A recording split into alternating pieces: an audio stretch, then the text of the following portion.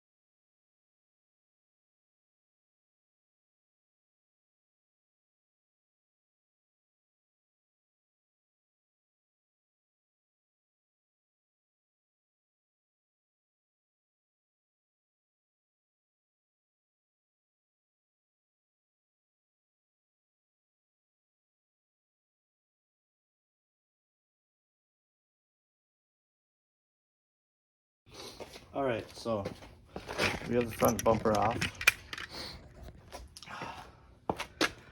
These were pretty simple. The top ones, they're just regular Torx.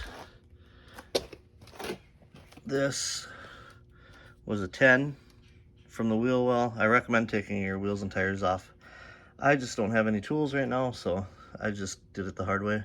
So 10 here, and then there's a Phillips here, and then there are these retainer brackets which have 2 10s on them as well that hold it tight, so you can loosen those and then it pops out.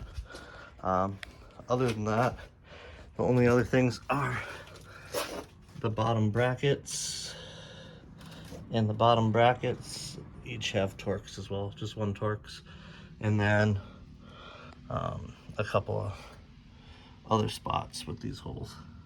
But that'll get your front bumper off, so you have access to the front bumper reinforcement, headlights, and the core support. I'll cover that in the next video, since that's a little messy, and I'm still waiting on some tools since just moved here. So see you next time.